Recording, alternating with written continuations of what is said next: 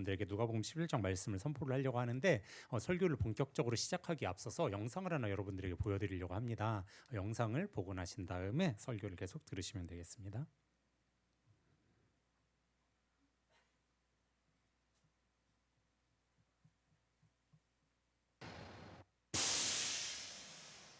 최근 인터넷에서 인기를 끈 동영상이 하나 있습니다. 바로 이 콜라를 이용해 화재를 진압하는 건데요. 콜라 안에 들어가 있는 이산화탄소 성분 덕분에 불을 끌 수 있다는 겁니다. 저희도 직접 실험해 보도록 하겠습니다. 자, 안전거리를 유지해 주시고요. 오! 오!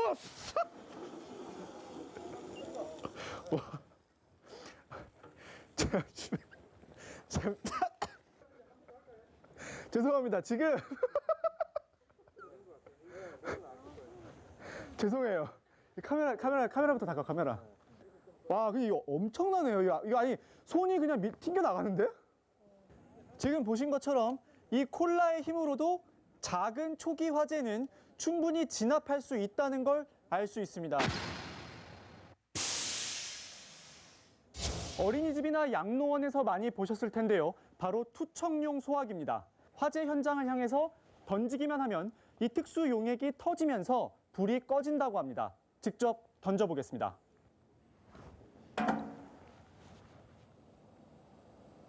제가 잘못 던지는 바람에 이 특수 용액이 이 통 밖으로 지금 쏟아진 상황이라고 하는데요. 다시 한번 제가 이번엔 좀 더 가까이서 정확하게 한 가운데로 던져보도록 하겠습니다. 이거 불량품인가? 지금 투척용 소화기를 던졌는데 불이 안 꺼지고 있어요.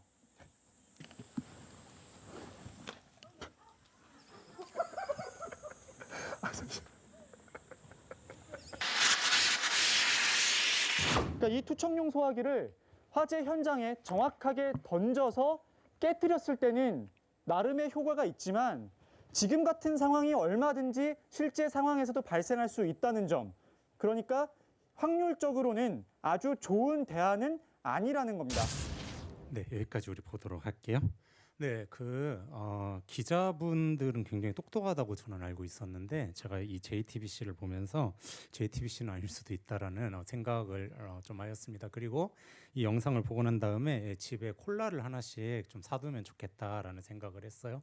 제가 예전에 음식점을 여러분 모르셨겠지만 제가 노원구에 음식점을 한 적이 있었는데 제가 별거 다 했죠. 아무튼 음식점을 한 적이 있었는데 그때 이제 배민에서 뭘 선물로 줬냐면 저 투척용 소화기를 선물로 줬어요. 근데 한 번은 이제 기름을 이제 팔팔 끓이고 있었는데 기름 위에 불이 붙은 겁니다. 그래 막 난리가 났어요. 그게 불이 기름 위에 붙으면 순간적으로 사람이 굉장히 겁을 먹습니다. 근데 옆에 있던 이제 제 친척이 굉장히 이제 담대하게 저는 이제 막 소심해가지고 겁을 먹고 어떻게 해야 될지 몰랐는데 이 친구가 얼른 배민에서 받은 투척용 소화기를 가져다가 벽을 향해서 던졌습니다. 벽을 맞고 탁 깨지면서 이제 특수 용액이 가라앉으면서 이제 불이 꺼지는 원리잖아요. 벽을 향해 딱 던졌는데 당구 쓰리 쿠션처럼 맞고 튕겨서 부메랑처럼 돌아온 거예요 본인한테.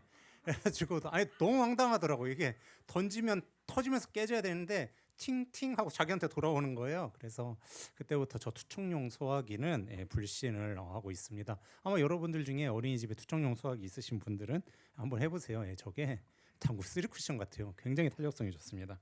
그래서 차라리 콜라를 놔두는 게 더 낫지 않나 이렇게 싶어요. 아무튼 저렇게 우리가 이제 그 이머전시 상황, 이제 불이 나거나 이제 이런 것들이 이제 응급 상황이잖아요. 이제 이머전시인데 저는 이제 이머전시가 되면은 사람이 굉장히 이제 당황을 하고요. 그리고 막 어떻게 해야 될지 이제 모르죠. 근데 그때 이제 집에 있는 여러 가지 이제 방법을 이용해 가지고 불을 끄는 것을 이제 이 JTBC 영상이 보여줬습니다. 그래서 영상 앞에, 영상 뒤에 보면 이제 제가 잘라서 나오진 않았는데 불이 났을 때 이불을 그냥 덮어서 공기를 차단한다든지, 그러니까 꼭 소화기로 끄는 거 말고 이제 다양한 방법으로 끄는 것들에 대해서 이제 이 영상에서 가르쳐 주었고 그것이 우리 실생활에 실제로 도움이 되죠. 꼭 소화기 말고도 방금 본 것처럼 콜라로 끌 수도 있고 이불을 덮어서 끌 수도 있고 투척용 소화기는 빼고 아무튼 네, 다양한 방법으로 우리가 이제 끌 수가 있는 거죠. 이처럼 우리가 이제 응급 상황이 되면은 이제 이렇게 이머전시가 되면은 기존에 알고 있던 상식의 틀을 넘어서서 이제 다양한 방법으로 그 이머전시의 그 응급 상황에 대처해야 되는 것을 이 영상을 통해 이제 우리가 알 수가 있었습니다. 우리가 실제로 이머전시, 그러니까 궁지에 몰리게 되면 우리 역시도 굉장히 이 시각이 확대되고 이제 지경이 넓어지고 그리고 안 하던 행동들을 사람들이 하기 시작을 합니다. 그래서 지난주에도 설교했지만 응급 상황이 되면 그리고 이머전시가 되면은 궁지에 몰리면 사람들이 뉴 노멀을 해냅니다. 그래서 원래 안 하던 것을 하기도 하고 원래 그런 사람이 아니었는데 사람이 뭐 바뀌기도 하고 이제 훨씬 더 확장되는 행동을 하죠. 그래서 여러 가지 우리가 이제 스트레스 상황에 놓이거나 아니면은 응급 상황이 놓이면은 그 사람이 원래 가지고 있던 기질보다 더 초월하여서 그 사람이 안 하던 것들을 이렇게 하게 되는 거를 우리 이제 종종 볼 수가 있는 건데요. 이스라엘도 그랬습니다. 여러분 잘 아시는 것처럼 이스라엘은 굉장히 보수적이거든요. 이스라엘은 율법을 엄청나게 사수하는 집단이에요. 지금도 율법을 엄청 사수하죠. 그래서 일요일이 되면은 주일이 되면은 뭘 합니까? 엘리베이터 버튼을 안 누릅니다. 그래서 엘리베이터가 이렇게 이스라엘에는 두 개가 있습니다. 하나는 누구를 위한 거냐면 이스라엘을 위한 거예요. 그래서 그 엘리베이터는 1층부터 꼭대기 예를 들어 30층이라고 하면 각 층마다 다 섭니다.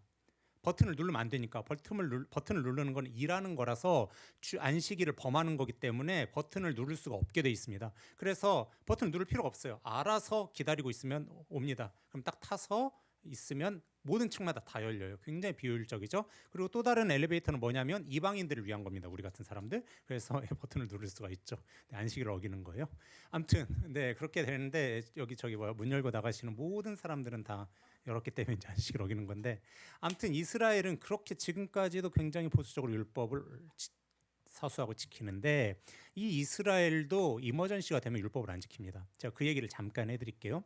이스라엘이 말라기부터 이제 마태복음이 쓰여지는 그 중간기 이걸 암흑기라고도 하고 중간기라고도 하고 대충 기간 이제 400년 정도 되는데 그 400년 기간 동안에 이스라엘에게는 굉장히 많은 일이 일어났어요. 그 중에 하나가 무엇이었냐면 시리아와 전쟁을 했는데 시리아가 쳐들어와 가지고 이스라엘하고 전쟁을 했을 때 당시 시리아는 그 지역에 굉장히 큰 강대국이었습니다. 그래서 이스라엘과 전쟁을 했을 때 이스라엘을 압도할 만한 굉장히 강력한 군사력을 가지고 있었죠. 거의 러시아 같은 존재였습니다. 러시아와 우크라이나 같은 게임이었는데 근데 러시아와 우크라이나 이 전쟁에서도 우크라이나의 예상치 못한 반격 때문에 러시아가 고전했듯이 이스라엘과 시리아의 전쟁에서도 이스라엘이 너무나 강력하여서 걔네들이 계속 게릴라로 치니까 시리아가 엄청나게 고전을 했습니다. 뿐만 아니라 시리아가 문어발식으로 전쟁을 하고 있었기 때문에 다른 나라에도 병사를 보내야 되는 상황이라서 이제 전쟁이 길어지면 자기들이 불리한 상황이었거든요. 그래서 시리아가 고민을 하다가 생각해낸 아주 악랄한 방법이 무엇이었냐면 뭐였겠어요? 주일에 죽이는 거예요. 주일에 전쟁을 하면 이스라엘이 반격을 할 수 없잖아요. 반격하면 일하는 거니까 율법을 어기게 되는 거지 않습니까? 그래서 주일에 공격을 했습니다. 그리고 그날에 엄청난 이스라엘 사람들을 학살을 했죠. 그래서 이스라엘 사람들이 모여서 무엇을 했을까요? 모여서 우리의 율법에 의해서 우리는 율법을 사수해야 된다. 죽음을 당하더라도 율법을 지키자라고 한 게 아닙니다. 제가 말씀드렸다시피 이머전시가 되면 사람은 틀을 깬다니까요. 그래서 틀을 깨고 무엇을 하기로 했냐면은 이머전시니까 자신의 생명이 위급받는 이머전시에는 방어를 위해서 전투할 수 있다라는 율법을 새로 추가를 하였습니다. 그래서 이런 식으로 이스라엘이 원래 가지고 있던 토라, 원래 가지고 있던 율법 위에다가 율법을 뭐 예를 들어 안식일을 거룩히 지키라는 율법을 지키기 위해서 여기다가 율법을 이제 치덕치덕 하나씩 덧대는 겁니다. 그래서 뭐 엘리베이터 버튼 누르면 안 된다, 문을 열면 안 된다, 냉장고 문을 열면 안 된다, 불을 가지고 조리하면 안 된다 이런 식으로 하나씩 이제 붙이는데 이걸 뭐라고 하냐면 펜싱 어라운드 토라라고 해요. 그래서 율법 주위에다가 이제 벽을 치는 거죠. 이걸 이제 이스라엘이 그 중간기 400년 동안에 하거든요. 그러니까 이를 통해서 알 수 있는 게 뭐예요? 이스라엘도 그 깡보스 이스라엘도 이머전시가 되면은 율법을 어기는 거죠. 율법을 이제 깨는 겁니다. 이렇게 사람은 궁지에 몰리면은 이머전시가 되면 응급 상황이 되면 자신의 이제 틀을 깨는 건데 제가 이것을 교회에서 가장 잘 느끼는 게 뭐냐면 청년 사역을 계속해서 해오면서 느끼는 게 청년들이 죄송합니다. 제가 이게 혹시라도 청년들을 폄하하는 거면 너무나 죄송한 건데 제가 지금까지 겪은 거의 대부분의 청년들은 생각보다 기도를 안 합니다.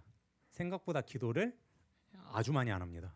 아주 많이 안 하고 아니 하긴 해요. 하긴 하는데 진짜로 마음을 정하고 시간을 정해서 이 하루에 일정한 시간을 하나님께 드리면서 기도하는 일을 하는 청년이 기도하는 청년이 기도 안 하는 청년보다 현저히 적어요. 그러니까 기도 안 하는 청년이 기도하는 청년보다 훨씬 많습니다. 10명이 있으면 산술적으로 굉장히 적은 인원만 시간을 정해놓고 기도하고 진짜 집중해서 기도하고 나머지는 식사 기도, 자기 전 기도, 큐티 전 잠깐 기도가 그리고 뭐 그 정도인 것 같아요. 그리고 이제 청년들이 언제 기도를 하냐면 이머전시가 되면 기도합니다. 그래서 자신에게 이제 심각한 문제가 생기면 그때 청년들이 기도도 하고 기도 부탁을 합니다. 이렇게 표현하고 싶진 않지만 연애를 하다가 실패했거나 아니면은 이제 시험을 앞두고 있거나 시험을 앞두고 있을 때도 아니고 시험이 다가왔을 때 이렇게 굉장히 급박한 상황에는 청년들이 기도하더라고요. 근데 그렇지 않을 때는 기도를 잘 안 하는 것을 많이 보았습니다. 물론 이제 기쁨의 교회 청년들은 그러지 않을 거라고 생각합니다. 여러분들은 다 때를 정해놓고 집중해서 기도를 하고 있을 거라고 이제 생각을 하는데 혹시라도 그렇지 않은 청년들을 위해서 오늘 이 설교를 좀 준비해 보았고요. 이 설교는 제가 대구에서 사역을 하는 동안에 진짜 어떻게 이런 분이 있지 싶을 정도로 진짜 탁월했던 목사님이 한 분 계셨어요. 그래서 그 목사님에게 많이 배워야겠다 생각을 해가지고 그 목사님에게서 여러 논문들을 이제 배웠거든요. 그리고 목사님께 이번 설교를 하기 전에도 여쭤봤어요. 목사님이 저에게 추천해주신 논문을 가지고 설교를 하려고 하는데 해도 될까요? 그랬더니 그 목사님께서 아이고 뭐 내 논문도 아닌데 마음껏 하라고 출처 밝히지도 않아도 된다고 이렇게 하셨는데 또 예의상 출처는 밝혀야죠. 그래서 출처는 뭐 밝힙니다. 아무튼 그때 이제 읽은 논문을 토대로 오늘 이제 말씀을 준비해 보았는데요. 이 말씀을 가지고 우리가 이제 보아야 되는 것은 무엇이냐면 많은 청년들이 기도하지 않는데 우리 기쁨의 교회를 제외하고 굉장히 많은 청년들이 기도를 하지 않는데 그 청년들이 기도를 하지 않는 이유는 여러 가지가 있을 거라고 생각을 해요. 뭐 기도의 능력을 모른다거나 아니면은 기도를 했는데 실패했거나 아니면은 아직 그 정도의 응급 상황을 못 만났거나 뭐 이제 여러 가지 이유들이 있을 거라고 생각을 합니다. 그래서 오늘은 이 기도에 대한 설교를 할 텐데요. 이 말씀을 통해서 기도는 무엇인지 그리고 우리는 왜 기도를 해야 되는지 그리고 하나님께서는 우리의 기도를 어떻게 듣고 어떻게 응답하시는지에 대해서 뭐 첫 술에 다 배부를 수는 없어요. 한 큐에 다 얘기할 수는 없습니다. 그러나 우리가 좀 한 발 내딛어 보면서 기도에 대한 한 부분을 좀 깊이 있게 다루기를 원합니다. 한국 교회에서는 기도에 대해서 8, 90년대에 어떤 이야기를 진짜 많이 했냐면 소나무 뿌리를 뽑으라는 이야기를 진짜 많이 했어요. 그래서 어떤 문제가 생기면은 산에 올라가서 소나무 뿌리를 잡고 소나무 뿌리를 뽑을 때까지 진짜 간절히 기도하면 하나님께서 그 기도를 들어주신다라는 이야기를 한국 교회는 굉장히 많이 해왔습니다. 그래서 저 역시도 어떤 문제가 생겼을 때 진짜 그렇게 해결받기 위해서 소나무 뿌리를 잡는 심정으로 진짜 깊이 있게 아주 오랫동안 기도를 해 왔는데 저는 솔직히 그렇게 기도를 했음에도 불구하고 하나님께 거절당한 경우가 너무나 많았습니다. 그리고 제가 진짜 마음 아픈 것은 무엇이냐면 저희 부모님께서 전라북도 순창에서도 한참 차를 타고 들어가야 되는 어떤 동네냐면 순창이 이렇게 있으면 순창이 진짜 시골이거든요. 순창 고추장이잖아요. 그죠? 그래서 그 타임지에 실렸어요. 저희 동네가. 왜 실렸냐면 아시아에 10개의 장수 마을이 있는데 그 중에 하나가 대한민국에 있대요. 일본에 주로 있거든요. 장수 마을이. 근데 대한민국에 하나 있는데 그게 이제 저희 동네에 있어요. 그 정도로 시골이에요. 그래서 순창에 비가 내리면 저희 동네는 눈이 옵니다. 그 정도로 이제 시골인데 어느 정도냐면 여러분 택배 보내실 때 뭐라고 써 있어요? 제주 도서산간은 배송료를 더 받습니다. 이렇게 돼 있잖아요.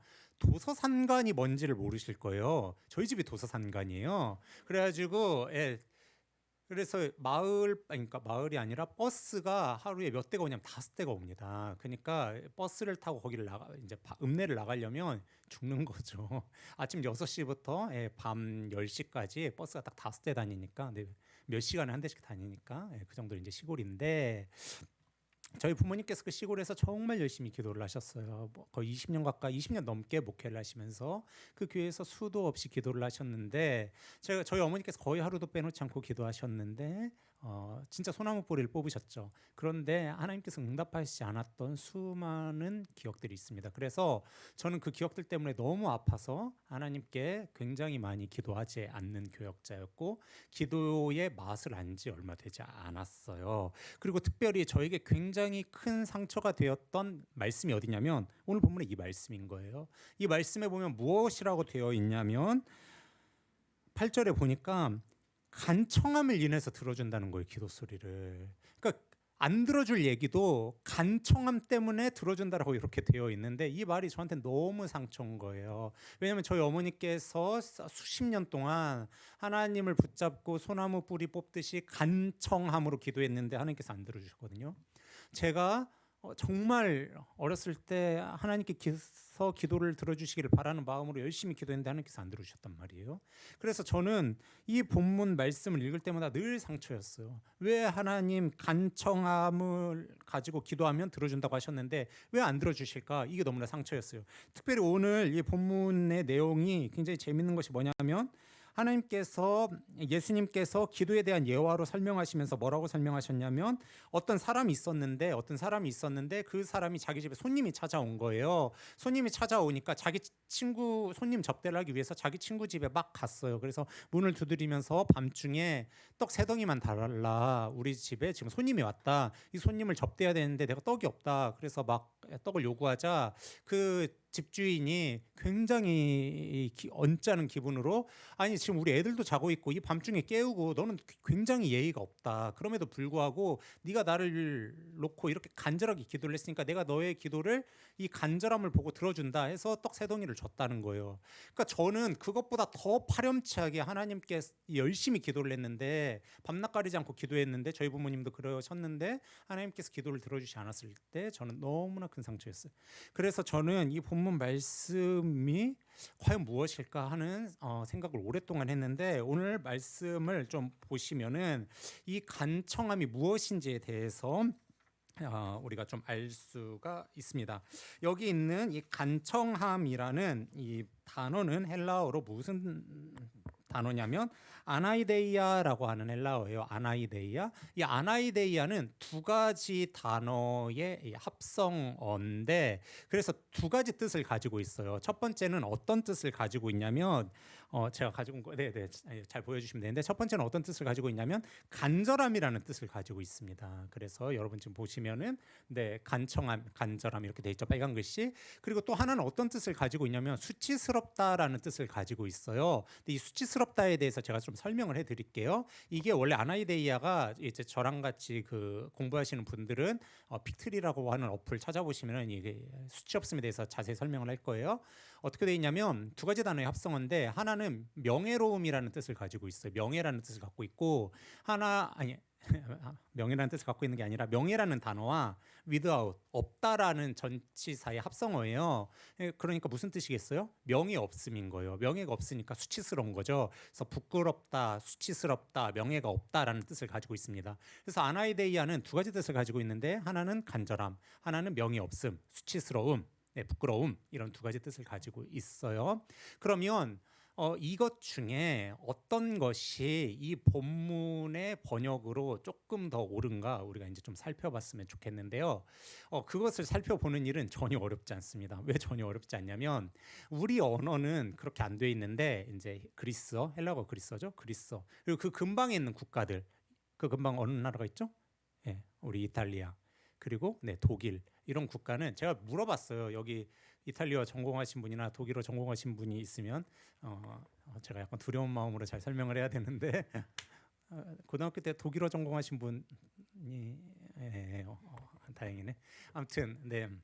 아니 제가 그 이전 교회에서 사역을 할 때 거기에 이제 독일에서 유학하다 오신 분이 계셨어요. 피아노 전공이셨는데 독일에서 한 10년 정도 유학을 하다가 독일에서 유학도 마치고 활동도 하시다가 오신 분이 계셔서 제가 그분께 여쭤봤어요. 그렇기 때문에 뭐 거의 100% 맞다고 이제 생각을 하고요. 이제 단어가 어떠냐면 우리 말은 예를 들어 밥을 먹었다라고 하면 밥을 먹었다 하면 이 먹었다라는 동사를 어디든지 붙일 수 있습니다. 그런데 독일어, 이탈리아, 그리스어는 아니에요. 이게 성수격, 네 여기 신학관 알 거예요. 남성인지 여성인지, 주어가 1인칭인지 뭐 2인칭인지 3인칭인지 뭔지에 따라서 이 먹었다는 단어가 바뀝니다. 조금씩 미묘하게 달라요. 바뀌는데 헬라어가 그렇게 돼 있습니다. 그래서 이 먹었다는 단어만 딱 보면은 성수격을 알 수가 있어요. 저기 예배 시간에 이렇게 질문하는 거 별로 안 좋아하는데 갑자기 호기심이 생겨서 혹시 폴란드어도 그런가요?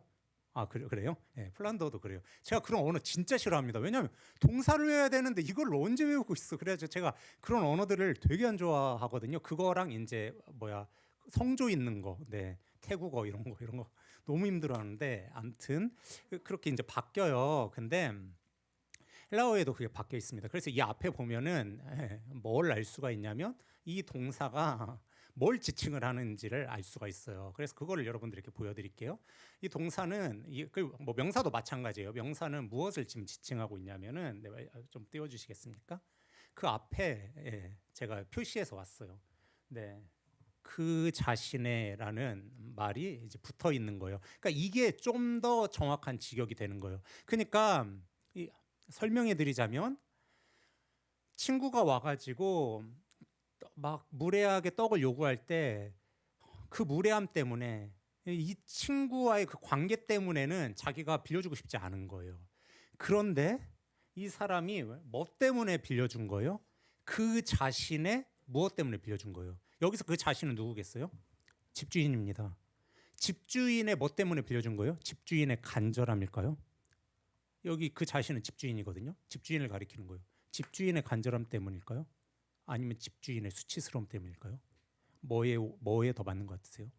제가 설명을 하나 해드릴게요. 유대인 사회는 공동체 사회입니다. 그래서 유대인들은 이 마을 단위의 공동체와 그 명예를 굉장히 중시합니다. 지금 유대인들도 마찬가지입니다. 그래서 자신들의 명예를 굉장히 중요하게 여기는데 성도님, 우리 청년들 잘 아는 것처럼 성경에는 수도 없이 뭐 누가복음뿐이겠어요. 뭐 스가랴, 디도서, 히브리서, 뭐 신명기, 출애굽기에는 뭐 20장, 22장에 걸쳐서 무슨 얘기를 하고 있습니까? 손님 접대에 대해서 얘기하고 있습니다. 성경이 굉장히 중요하게 여기는 게 나그네와 손님을 접대하는 거예요. 손님이 어느 마을에 왔을 때 이 손님을 접대를 안 하면 접대를 안 한 내가 부끄러움을 당할 뿐만 아니라 명예가 떨어질 뿐만 아니라 우리 공동체 마을 전체의 네임밸류가 떨어지는 겁니다. 그러니까 제식이네 집이 손님 접대를 안 하면 그냥 제식이만 뭔 저런 사람이 다 있어 이렇게 되는 게 아니라 우리 기교 전체, 기쁨의 교회 전체의 명예가 떨어져서 저 교회는 손님 접대도 안 해. 이런 식으로 되는 거예요. 그게 유대의 문화입니다. 그러니까 지금 이 집주인은 무엇 때문에 준 거냐면 그 자신의 간절함. 집주인이 뭐가 간절하겠어요? 집주인의 간절함 때문에 준 게 아니에요. 무엇 때문에 준 거냐면 그 집주인의 명예, 그러니까 이 마을의 명예가 떨어질까 봐 그것에 의해서 수치스러움과 부끄러움과 불명예를 당할까 봐 떡을 나눠준 겁니다. 그리고 이것이 우리 헬라어를 통해서도 명확하게 알 수 있는데 또 한 가지 알 수 있는 것은 무엇이냐면 전체적인 문맥을 통해서도 알 수 있습니다. 전체적인 문맥을 통해서 우리가 어떻게 알 수 있냐면 여기 11장에 보면은 오늘 본문에 나오지는 않았는데 11장 초에 1절에 보면 예수님께서 뭐라고 예수님께서 이제 기도를 끝내자 제자 중에 한 사람이 이렇게 얘기했습니다. 예수님, 아니 요한이 제자들한테 기도를 가르쳐 준 것처럼 저희에게도 기도를 가르쳐 주십시오. 이렇게 얘기를 하자 예수님께서 무슨 얘기를 하시냐면 그래 좋다 내가 너네한테 기도를 가르쳐 주겠다 하면서 주기도문을 이야기를 합니다. 그리고 나서 이야기하는 게 오늘 본문의 이 이야기입니다. 여러분 주기도문은 총 8개의 간구함으로 되어 있는데 그 8개의 간구함의 핵심은 무엇이냐면 뜻이 하늘에서 이루어진 것 같이 땅에서도 이루어진다라는 게 핵심입니다. 그게 주기도문의 핵심이에요. 그러니까 하나님의 뜻이 하나님의 뜻이 하늘에서 이루어진 것처럼 이 땅에서도 이루어지는 것을 내가 바라고 원하고 있습니다라는 게 주기도문의 핵심입니다. 그럼 이것과 지금 오늘 본문에 목사님 설명하신 게 무슨 연관관계, 무슨 상관관계가 있습니까? 라고 여러분들께서 질문을 하셔야 맞는 거예요. 이건 잠깐 키핑을 해두고 제가 설명을 드리도록 하겠습니다. 오늘 본문에 예수님께서 지금 뭐라고 얘기를 하신 거냐면 내가 다른 사람, 이 예화를 들면서 예수님께서 이렇게 얘기를 하시는 거예요. 그 예화를 딱 들면서 내가 너네의 다른 것들 때문에 기도를 들어주는 게 아니라 이 집주인이 자신의 명예가 손상될까 봐 자신의 명예가 명예에 금이 갈까봐 기도를 주었던 것처럼 우리 하늘 아버지께서도 당신의 명예를 걸고 지금 이 기도를 들으신다라고 지금 이야기를 하고 있는 겁니다. 그러니까 우리가 올려드리는 그 기도에 대해서 하나님께서 반응하시는 거는 우리의 간절함과 우리의 뭐 지성이면 감천이고 뭐 노력이고 이것일 수도 있겠죠. 근데 그거는 일단 제하고 하나님께서 무엇 때문에 기도를 들으신다고 하냐면 내가 너네 아버지고 내가 너네의 창조자고 내가 너네의 주인으로서 내 명예를 걸고 내가 너희가 하는 기도를 듣겠다라고 이렇게 이야기를 하시는 거예요. 그리고 주기도문 역시도 마찬가지인데 하나님의 뜻이 아버지의 뜻이 하늘에서 이루어진 것처럼 땅에서도 이루어지기를 바랍니다라는 이야기는 무슨 이야기냐면 내가 하나님 아버지의 뜻을 완전하게 여긴다라는 거예요. 그래서 그 완전한 뜻이 하늘에서 이루어진 것처럼 여기서도 이루어지기를 그대로 바란다는 거죠. 그거는 뭘 인정하는 거예요? 하늘 아버지의 하나님 되심을 인정하는 거예요. 그러니까 하늘 아버지의 명예로움을 인정하는 겁니다. 하늘 아버지의 권위를 인정해 드리는 거예요. 하늘 아버지의 뜻이 못마땅하면 인정할 수가 없는 겁니다. 근데 하늘 아버지의 뜻을 내가 납득하고 수용하는 게 너무나 가능한 거예요. 왜냐하면 그분의 뜻이 너무나 완전하기 때문에. 여러분 이게 복음 아닙니까? 그래서 나는 지금 그것을 예수님께서 기도로 가르쳐 주시는 거예요. 동일하게 여러분 우리 예수님께서 하나님께서 당신의 명예를 걸고 우리의 기도를 들으신다라고 이렇게 이야기를 하신다라는 이야기는 무슨 얘기냐면 우리가 기도를 할 이유가 너무나 있는 이유는 하나님께서 당신의 명예로움을 하나님의 당신의 이름을 걸고 당신의 명예를 걸고 우리의 기도를 들으신다라고 이렇게 이야기를 하시는 것을 우리가 붙잡는다는 얘기는 뭐냐면 아버지의 뜻과 아버지의 말씀하심과 아버지의 이야기가 내가 올려드린 기도와 혹시라도 맞지 않는다 하더라도 그 뜻이 하늘에 있는 그 뜻이 내 삶에서도 이 땅에서도 그대로 이루어지는 것을 내가 인정한다는 얘기예요. 지금 여러분들 표정을 보니까 지금 이해가 잘 안 가신다라는 이런 표정인데 제가 설명을 조금 이렇게 조금 잘 못해서 그렇지 여러분들 이 얘기를 들으시면은 아마 이해가 좀 가실 것 같아요.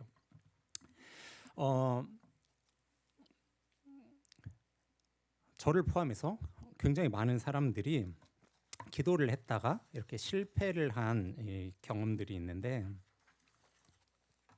저 역시도 기도를 했다가 이제 수도 없이 이제 실패를 한 그런 경험들이 있죠. 그럼에도 불구하고 제가 목사님 지금도 기도하십니까?라고 여러분들께서 저에게 물어보신다면 예, 저는 지금도 기도를 합니다. 저는 왜 지금도 기도를 하냐면 하나님께서 당신의 이름을 걸고 당신의 명예를 걸고 저의 기도를 들어주신다라는 게 저는 엄청난 것처럼 느껴져요. 아마 여러분들 중에도 하나님의 아버지 되심을 인정하시는 분들은 그것이 엄청난 것으로 아마 느껴질 거라고 생각이 듭니다. 왜 그것이 엄청난 것으로 느껴지냐면 내가 신적인 존재한테 내가 초월자에게 내가 창조주에게 그냥 나아갈 수 있는 것만으로도 저는 엄청난 특권이라고 생각을 하는데 그분께서 그냥 나아오라고 하는 게 아니라 내 명예를 걸고 야 내가 신인데 내가 하나님인데 내가 명예를 걸고 너네의 기도를 들을 거야 라고 하는 것은 어마어마한 특권이라고 생각이 들어요. 그래서 저는 이것을 신뢰하면서 나아갑니다. 그런데 제가 그렇게 기도를 하다가 보면 10번 기도하면 여러분들은 잘 모르겠는데 제 인생에서는 10번 기도하면 9번은 하나님께서 저희 기도를 들으시지 않는 것처럼 느껴집니다. 제가 너무나 이머전시여서 너무나 응급 상황이어서 너무나 궁지에 몰려서 제가 하나님께 기도를 올려드렸고 이 기도를 하나님께서 안 들으시면 안 될 것 같은데 하나님께서 안 들으셨던 수많은 날들이 있습니다. 그것이 너무나 원망스럽고 그것이 너무나 이제 마음이 아프죠. 그럼에도 불구하고 제가 지금도 여전히 기도하는 이유는 무엇이냐면 그 하나님의 응답 없음이 그 하나님의 기도를 들으시지 않음이 그건 역시도 하나님의 명예를 걸고 기도를 들으셨던 것으로 생각을 하기 때문입니다. 제가 예전에 제가 신대원 2학년 때 이제 사역을 다 마치고 퇴근을 했는데 저희 어머니께서 전화를 하셨어요. 저는 저희 어머니께서 전화를 하실 때마다 시겁합니다. 굉장히 많이 놀라요. 왜 놀라냐면 저희 어머니께서 저한테 전화를 하실 때는 좋은 소식으로 전화를 하는 경우가 없기 때문입니다. 늘 안 좋은 소식으로 전화를 해요. 그날도 전화를 했습니다. 그리고는 뭐라고 말씀을 하시냐면 왜 삼촌이 쓰러졌다라고 이렇게 이야기를 해요. 왜 삼촌이 쓰러져서 병원에 갔는데 병원비가 얼마가 나왔냐면 150만 원이 나왔대요. 150만 원이 나왔는데 그 150만 원을 가지고 우리 어머니가 왜 전화를 하신 거냐면 150만 원을 우리 집에 누구도 낼 수가 없는 상황인 거예요. 그러니까 저희 집이 이제 지금은 차상위 계층은 기초소득 대상자가 제일 낮은 거잖아요. 대한민국에 이제 보호받아야 되는 대상 중에 그 위가 차상위 계층인데 저희 부모님은 지금도 차상위 계층이고 그 전에는 기초생활수급 대상자였어요. 그러기 때문에 그 150만 원이라는 돈이 없는 거예요.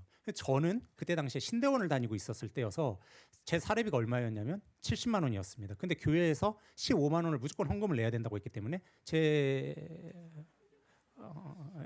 그런 교회들 많아요. 예. 그래가지고 저는 이제 55만 원을 가지고 생활을 해야 했습니다. 근데 여러분 자취를 55만 원 갖고 할 수 있을까요? 없어요.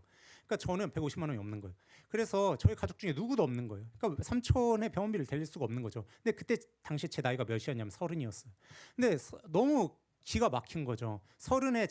여기 30들 많이 있겠지만 여러분들의 통장에는 아마 150만 원이 있을 겁니다. 근데 그때 당시에 저는 없었어요.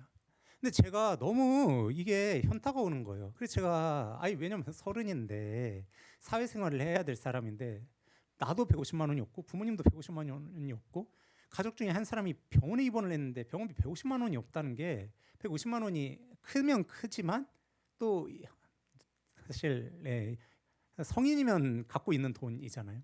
그러니까 제가 너무 한탄스러운 거예요. 제 인생이, 부모님 인생이. 그래서 제가 이제 원망하던 하나님께 기도를 했는데 하나님께서 그 기도수를 듣지 않으셨을 때에 너무나 큰 상처죠. 근데 그럼에도 불구하고 제가 지금도 기도하고 있는 것은 무엇이냐면 하나님께서 그런 식으로 응답하시지 않았던 수많은 때에도 당신의 명예를 걸고 저에게 응답하셨다라고 저는 지금도 확신합니다. 그리고 그것은 무엇이냐면 제가 하나님의 하나님 되심을 인정하는 겁니다. 그래서 하나님의 명예를 인정해 드리는 거고 하나님의 뜻이 하늘에서 이루어진 것처럼 제 삶에서 인간적으로 생각할 때는 기도가 안 이루어진 것 같지만 제 삶에서 사실은 이루어진 거라고 저는 확신합니다. 물론 그 문제는 어떻게든 또 해결이 났습니다. 구렁이 담 넘어가듯 굉장히 저를 괴롭혔지만 그래도 어떻게 해결이 됐습니다. 그리고 저는 그것이 하나님께서 명예를 걸고 들으신 거라고 생각을 해요. 그리고 그게 주기도문의 핵심입니다. 주기도문의 핵심이 뭐냐면 여러분들이 지금 기도하고 계시고 여러분들이 지금 처해 계시고 여러분들께서 지금 맞닥뜨리고 있는 모든 환경은 사실은 하나님께서 주신 거기 때문에 하나님께서 여러분들의 주인 되셨고 오늘도 여러분들에게 베스트인 그 시간을 주셨다라는 것을 그 하나님의 하나님 되심을 인정하는 겁니다. 그래서 뜻이 하늘에서 이루어진 것 같이 땅에서 150만 원 병원비를 해결해 주는 기도를 안 이루신다 하더라도 그것이 땅에서 이루어진 걸로 여러분들께서 고백하시고 그 하나님 되심을 인정하고 그것을 받아들이는 게 그게 여러분 복음이고 그게 하나님의 주인 되심입니다. 복음이 뭡니까? 하나님의 주인 되심이죠. 그래서 저는 지금도 기도합니다. 왜요? 하나님께서 당신의 명예를 걸고 기도를 들으신다라는 이야기를 확신하기 때문에. 근데 제가 이렇게 설명을 여기까지 드리면 이제는 좀 죄송해요. 제가 자꾸 표준을 쓰려고 그러는데 제가 배움이 짧아서 표준어가 생각이 안 나요. 이제 좀 아다리가 맞으시죠? 네, 왁구가 좀 맞지 않습니까? 앞뒤가 맞지. 그치? 제식 얼굴이 보면 꼭 표준어가 생각이 나요. 네, 앞뒤가 이제 맞지 않습니까? 네. 이제 주기도문과 오늘 본문에 하나님께서 당신의 명예를 걸고 기도를 들으신다라는 이야기가 전체적으로 이제 이해가 가지 않습니까? 이거는 말 그대로 복음입니다. 내가 믿는 그 하나님이 창조주 하나님이고 그분이 온 세상을 지으셨고 그분이 무에서 유를 창조하시는 하나님이시기 때문에 내가 그분의 하나님 되심을 인정해 드린다라는 그것이 주기도문의 이야기이고 그것이 신자된 자의 고백이고 신자된 자가 그런 고백을 할 수 있을 때에야 비로소 아버지께서 당신의 명예를 걸고 나의 기도를 들으시지 그러니까 나한테 기도를 해야 될 이유가 너무나 있지 않은 마음으로 기도를 하게 되는 겁니다. 그래서 여러분들 기도를 하셨으면 좋겠습니다. 왜요? 우리는 다 하나님을 주인으로 인정하는 분이잖아요. 우리는 하나님 되심을 인정하는 분이잖아요. 복음에 사로잡힌 사람이잖아요.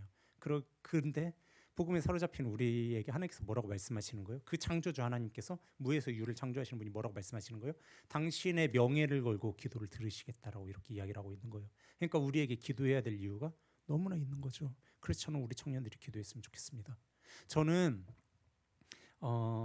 청년들에게 만약에 마지막 설교로 무엇을 할래라고 한다면 저는 오늘 이 설교를 할 것 같아요. 왜냐하면 기도가 너무나 중요하기 때문이에요. 기도가 너무나 중요해서 여러분들에게 기도를 안 가르칠 수가 없어요. 여러분 기도 너무나 중요합니다. 제가 우리 회장하고 이제 처음 이제 회장님 되신 다음에 제가 회장하고 이야기를 했어요. 그러면서 무슨 이야기를 했냐면 나는 우리 청년부에 제일 먼저 1번으로 해야 되는 일이 기도회를 만드는 거라고 생각해 이렇게 이야기를 했어요. 그리고 수요일에 줌기도회를 제가 만들었죠. 그러면서 제가 회장한테 무슨 이야기를 했냐면 근데 순서상 기도회를 만드는 일이 1번은 아니야. 근데 1번으로 만들어야 돼. 또 왁구가 안 맞죠? 제가 설명해 드릴게요. 왜 제가 이렇게 이야기를 했냐면 전략상 청년부는 어떤 전략을 펼치는 게 제 경험뿐만 아니라 청년을 전문으로 사역하는 사역자들은 전략상 어떻게 청년부를 이끌어 가냐면요. 청년부가 궤도에 이렇게 안착이 됐을 때에만 조금 큰 사이즈의 사역을 터뜨리고 궤도에 이렇게 안착이 안 되면은 큰 사이즈의 그 사역을 터뜨리지 않아요. 왜 그러냐면 청년들은 분위기에 휩쓸려 가는 그러한 경향이 있어요. 그래가지고 인스타그램처럼 유행하면 그걸 따라갑니다. 그래가지고 이거는 비싸고 맛없는 것 같은데 예쁘면 이제 이렇게 딱 쭉 따라가고 약간 그런 느낌이 좀 있잖아요. 크로플을 왜 먹는지 모르겠는데 이렇게 쭉 그죠? 네네. 아니 크루아상을 먹든지 와플을 먹든지 네. 아니 죄송해요. 이제 급발진해서요. 아무튼 유행을 따라가는 경향이 있어요. 그러니까 저는 그 처음에는 잔잔바리 같은 것들을 이렇게 막 터뜨리면서 사역을 하면서 사역의 성공을 청년들한테 좀 맛보게 해야 사회에서도 실패를 경험하기 쉬운 청년들이 교회에 와서 성공을 맛보면 그 성공에 쉽게 매력을 느끼고 그러면 청년부의 사역 안으로 점점 깊이 들어가는 경향이 있기 때문에 처음에는 조금 작은 사역을 확실히 성공적으로 보여주고 어느 정도 궤도에 올랐을 때 기도는 아까도 이야기했지만 기도는 청년들이 진짜 안 하려고 그래요. 그렇기 때문에 이거는 어느 정도 분위기가 탔을 때 터트려야지 얘를 처음부터 터트리면 청년들이 잘 안 모이는 경향이 있어요. 그래서 제가 기도를 처음에 안 해야 전략적으로 맞다고 생각을 했어요. 그럼에도 불구하고 제가 우리 회장한테 그럼에도 불구하고 기도를 해야 된다라고 하는 이유가 무엇이냐면 전략을 따지는 것도 너무 좋은데 전략 따지다가 한 영혼을 잃어버리는 것이 너무나 싫다. 그래서 기도가 필요한 사람이면 이머전시면 누구라도 오겠지. 궁지에 몰리면 응급 상황이면 누구나 오겠지 하는 마음으로 기도회를 처음 열었던 거예요. 물론 아주 제가 현실파라 잘 알고 있습니다.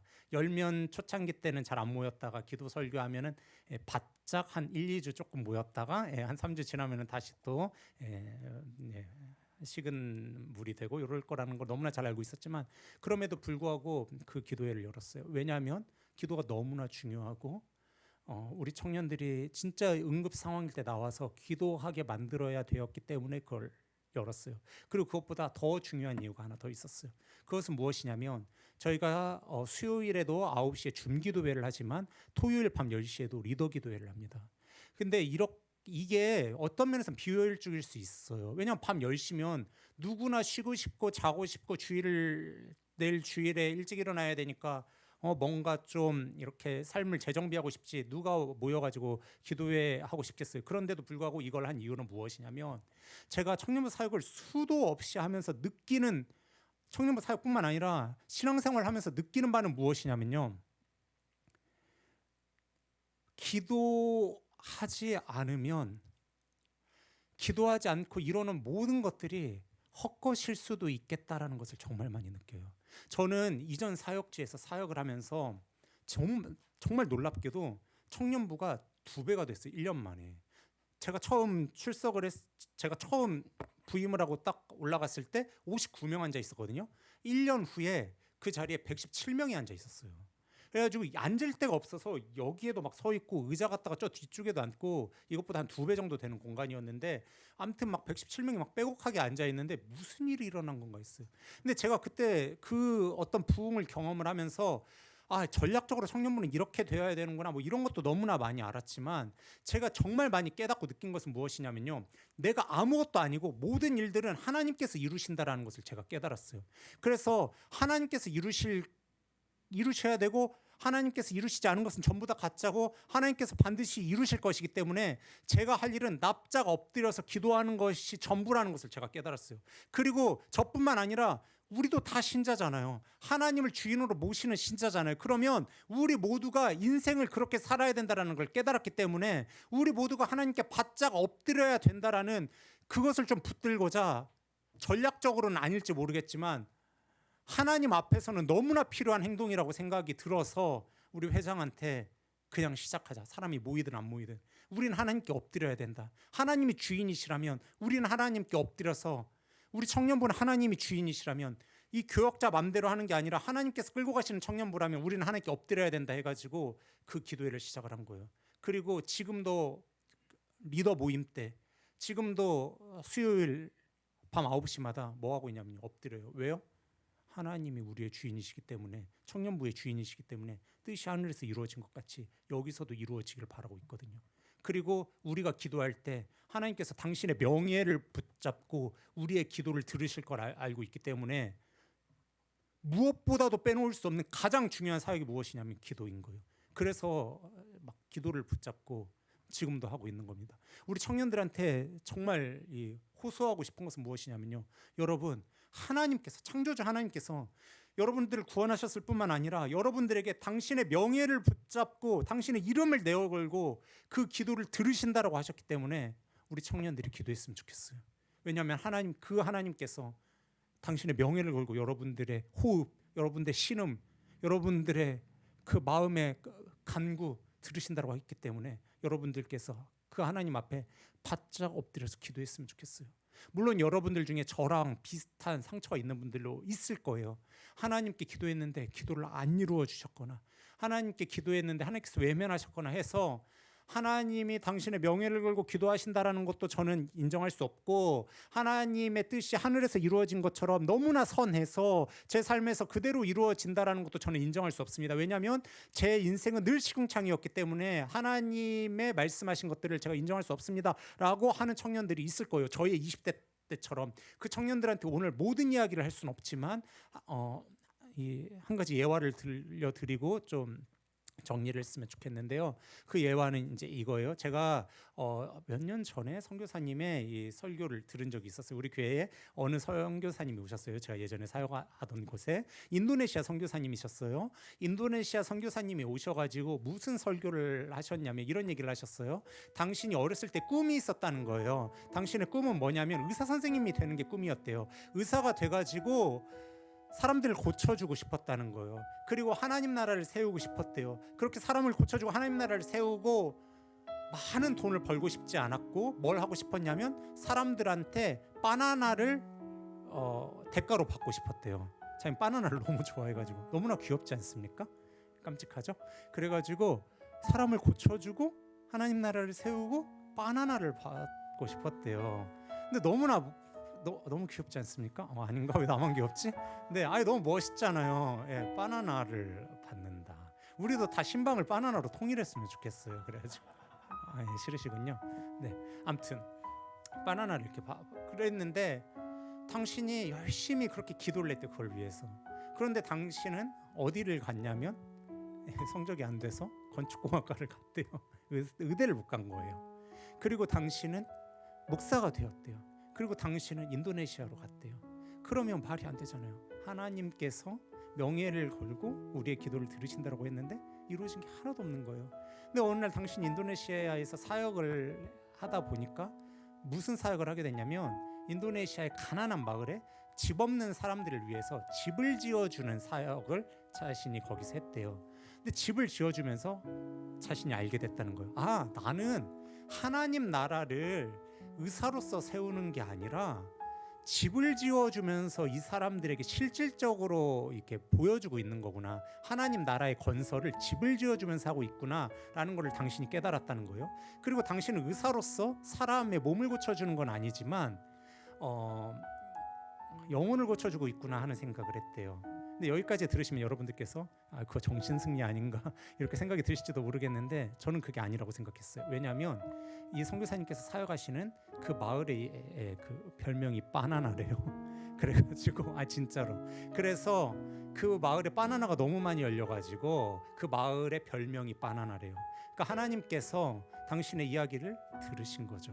네, 영혼을 고치는 의사로, 그리고 실제 집을 지어주는 하나님 나라의 건축가로, 그리고 바나나를 먹는 사람으로 만들어준 거죠. 그렇기 때문에 여러분, 하나님께서는 우리의 기도를 들으세요. 단지 하나님께서 하늘에서 그 뜻을 이룬 것처럼 우리의 삶 가운데도 그 우리의 기도를 1대1로 매칭해서 기도를 들으시기를 바라는 사람들은 죄송한데 유치원일 수 있는 거예요. 유치원은 1대1로 안 되면은 이게 산타 할아버지는 왜 나한테 요 선물을 안 줘 이렇게 나오는 겁니다. 고등학생쯤 되면은, 성인이 되면 그것보다 삶이 복합적이라는 걸 알아야 돼요. 그래서 뜻이 그렇게 이루어지는 겁니다. 그리고 여러분들에게 한 가지 이야기만 더 드리고 마치려고 합니다. 여러분, 미우라 아야코라고 하는 일본 소설가가 있습니다. 빙점이라는 소설로 엄청나게 유명한 사람입니다. 미우라 아야코는 일본에서 등단을 하였는데 1억 엔이 걸려있는 그 소설에 이분이 처음으로 쓴 소설이 1등이 되어서 1억 엔을 받았을 뿐만 아니라 우리나라에서 3회 이상, 일본에서도 3회 이상 드라마로 만들어진 소설이 빙점입니다. 그 빙점은 기독교 소설입니다. 여러분들 한번 꼭 읽어보셨으면 좋겠어요. 그 기독교 소설이 빙점인데, 미우라 아야코는 평생을 3가지 이상의 지병을 앓고 살았습니다. 아주 심각한 수준에. 그래서 그 남편 되시는 분께서 뭘 하면서 사셨냐면 직장을 그만두고 미우라 아야코의 병수발을 해야만 했습니다. 그 정도로 미우라 아야코는 병이 심각했어요. 그걸 보면서 어떻게 저런 인생일 수 있나 그런 생각이 들었습니다. 근데 미우라 아야코가 NHK랑 인터뷰에서 이런 얘기를 했습니다. 내가 믿는 하나님은 너무나 초월자셔서 내가 겪고 있는 이 고통을 인간인 나로서는 이해할 수 없는 훨씬 더 높은 경지의 사랑으로 내려주신 것이다 라는 이런 이야기를 했어요. 제가 또 설명을 또 이상하게 했죠. 그러니까 무슨 이야기냐면, 내가 지금 이해할 수 없지만 나는 이 질병을 이해할 수 없어요. 왜냐하면 나는 인간이기 때문에. 근데 초월자 하나님은 뜻이 하늘에서 이루어진 것처럼 그 선하신 뜻을 지금 내 삶에 펼쳐주고 있는 거예요. 그래서 너무나 선하신 뜻이 지금 내 삶에 펼쳐지고 있는 거고, 하나님께서는 당신의 명예를 걸고 내 기도를 지금 듣고 내 삶을 영위해 가시고 있는 거기 때문에 인간인 나로서는 알 수 없지만 사실은 이 질병은, 이 하루는, 내 인생은, 내 삶은 하나님의 기도 응답이자 하나님께서 주신 최고의 선물인 거예요. 인간인 내가 이해할 수 없는 것일 뿐이에요. 하나님이 주신 최고의 것임이 너무나 분명해요. 이렇게 미우라 아야코는 고백을 하더라고요. 그러면서 그 질병을 이겨내고 있는 미우라 아야코를 보면서 이것이 복음에 사로잡힌 게 아닌가라는 생각을 했어요. 청년들, 저 역시도 수도 없이 실패했어요. 기도에 실패했습니다. 수도 없이 기도했는데 하나님께서 안 들어주신 게 너무나 많아요. 근데 여러분, 그 눈빛으로 보내시는 것과 달리 결혼에 대한 기도 아닙니다. 다른 기도예요. 근데 하나님께서 안 들어주신 적이 여러분 프레임을 갖고 저를 보고 계세요. 근데 그런 거 아닙니다. 정말 많은 기도를 했는데 하나님께서 응답하시지 않았을 때가 많아요. 근데 그럼에도 불구하고 제가 여전히 기도하는 이유는 무엇이냐면, 하나님께서 명예를 걸고 당신의 기도를 저희 기도를 듣고 계신다라고 확신하기 때문이에요. 왜냐하면 그분은 나의 아버지시고 나의 좋은 주인이시기 때문에 여전히 하나님께서 기도를 들으신다라고 생각해요. 그리고 저는 제 인생에 희망이 하나도 없어요. 그리고 제 인생에는 제가 헤쳐나갈 수 있는 어떠한 능력도 여지도 없어요. 그래서 저는 기도할 수밖에 없어요. 저는 하나님을 의지할 수밖에 없어요. 하나님이 명예를 걸고 기도를 들으신다라는 이 말씀을 붙잡을 수밖에 없어요. 왜냐하면 제가 아무것도 아니라고 느끼는 만큼 이 말씀이 너무나 힘이 있기 때문이에요. 그래서 저는 우리 청년들도 이 말씀을 붙잡았으면 좋겠어요. 우리에게는 아무런 희망도 없고 우리에게는 아무런 가치가 없어요. 그런데 이 말씀은 너무나 힘이 있잖아요. 하나님께서 우리의 주인 되신다라는 이야기, 하나님께서 당신의 명예를 걸고 우리의 기도를 들으신다라는 이야기, 하나님께서 하늘에서 뜻이 이루어진 것 같이 이 땅에서도 당신의 계획을 내 인생을 통하여 펼쳐가실 거라는 이 이야기가 너무나 분명한 복음의 메시지잖아요. 그래서 우리 청년들 이 말씀을 붙잡고 기도하는 청년들이 되었습니다. 하나님께 외치는 청년들이 되었으면 좋겠습니다. 기도에 실패했다 하더라도 내 삶이 지금 엉망인 것 같다 하더라도 기도하는 그러한 청년들이 되었으면 좋겠습니다. 우리 이 시간 청년들 같이 기도했으면 좋겠습니다. 시간이 많이 지났기 때문에 우리가 찬양은 할 수 없고 같이 기도했으면 좋겠는데요. 기도할 때 이렇게 기도했으면 좋겠습니다. 아버지시여, 오늘 주님께서 말씀하셨습니다. 당신의 명예를 걸고 기도를 들으신다라고 이렇게 말씀하셨습니다. 하나님께서 명예를 걸고 우리의 호흡과 신음을 들으신다라고 이렇게 이야기를 하셨습니다. 놀라운 하늘의 주인께서 우리의 기도를 그 선하신 뜻대로 이루어 가신다라고 주님께서 그렇게 말씀하셨기 때문에 아버지여, 제가 기도를 잃어버린 사람이라면, 기도에 실망한 사람이라면 오늘 기도에 회복하기를 원합니다 라는 이러한 기도 제목을 가지고 우리 오늘 들은 말씀을 생각하면서 같이 기도하도록 하겠습니다. 아버지시여, 주님께서 말씀하셨습니다. 뜻이 하늘에서 이루어진 것 같이 땅에서도 이루어진다라고 주님께서 그렇게 말씀하셨습니다. 아버지시여, 그것은 하나님의 되심을 인정한다라는 이야기입니다. 아버지시여, 주님께서 우리의 주님이라고 말씀하셨고 주여, 그 복음에 우리가 사로잡힌 자라고 주여 말씀하셨기 때문에 아버지시여, 우리가 주님께서 하신 이 말씀을 붙잡고 기도하길 원합니다. 아버지시여, 그 말씀을 붙잡고 기도합니다. 주님께서 당신의 명예를 걸고 아버지여 우리의 기도를 들으신다라고 이렇게 말씀하셨사오니 아버지시여, 주님의 명예를 붙잡고 기도합니다. 아버지시여, 하늘에 계신 그 주님을 붙잡고 기도합니다. 아버지시여, 그 뜻을 온전히 이루어주시옵소서. 아버지시여, 우리 기도하는 성령을 들어주시옵소서. 아버지시여, 우리가 하나님의 하나님 되심을 인정하게 하여 주시옵소서. 아버지시여, 명예를 걸고 기도하신다, 기도를 들으신다라는 하나님 그 사실을 인정하게 하여 주시옵소서. 아버지시여, 하나님 뜻이 하늘에서 이루어진 것 같이 이 땅에서 이루어진다라는 그 이야기, 아버지시여, 주님께서 우리에게 말씀하신 하나님, 우리 삶을 허락하신 기도의 최고고 최선인 것을 하나님 우리가 고백하며 아버지시여, 우리가 하나님의 하나님 되심을 인정하며 하나님 우리 안에 기도가 물어내는 것이 있다면 하나님을 붙들게 하여 주옵소서. 하나님께 기도하게 하여 주시옵소서. 하나님께 무릎으로 나아가게 하여 주시옵소서. 하나님께 존경하게 나아가게 하여 주시옵소서. 아버지시여, 우리의 기도 소리를 들어주시옵소서. 아버지시여, 우리의 기도에 속히 응답하여 주시옵소서. 기도하는 것들을 주님께서 들어주시옵소서. 하나님과 한구리 속히 응답하여 주시옵소서. 아버지시여, 기도하는 청년들 되게 하여 주시옵소서. 기도를 회복하는 청년들 되게 하여 주시옵소서. 하나님께서 당신의 명예를 걸고 기도를 들으신다는 이야기, 아버지시여, 우리가 무릎을 꿇게 하여 주시옵소서.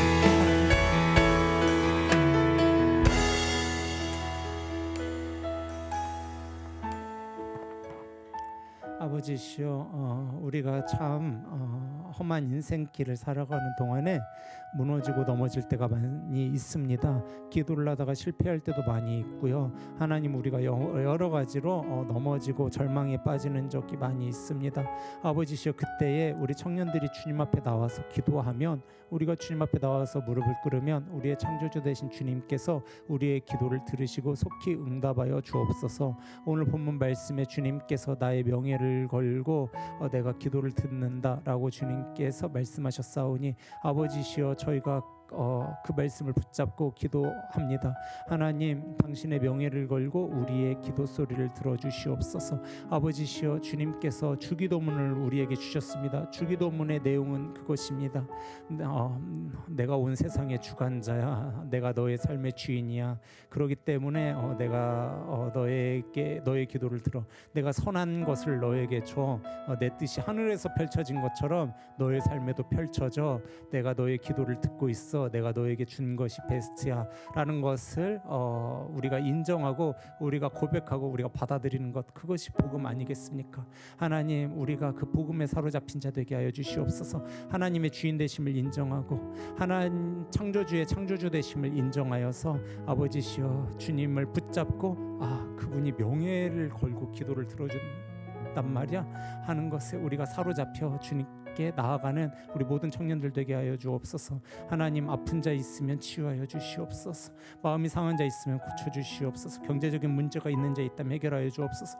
관계에 문제가 있는 자 있다면 주님께서 위로하여 주시고 안아 주시옵소서. 우리의 삶에 펼쳐진 하나님 그 수많은 문제들 주님께 가지고 나아갈 때에 주여 당신의 명예를 걸고 온전히 해결하여 주시옵소서. 아버지시여, 기도를 회복하고 기도하고 주님, 나의 주인 되신 주님께 신음하며 호흡하며 그분께 나아가는 우리 모든 기쁨의 청년들 될 수 있도록 주님 축복하여 주시옵소서.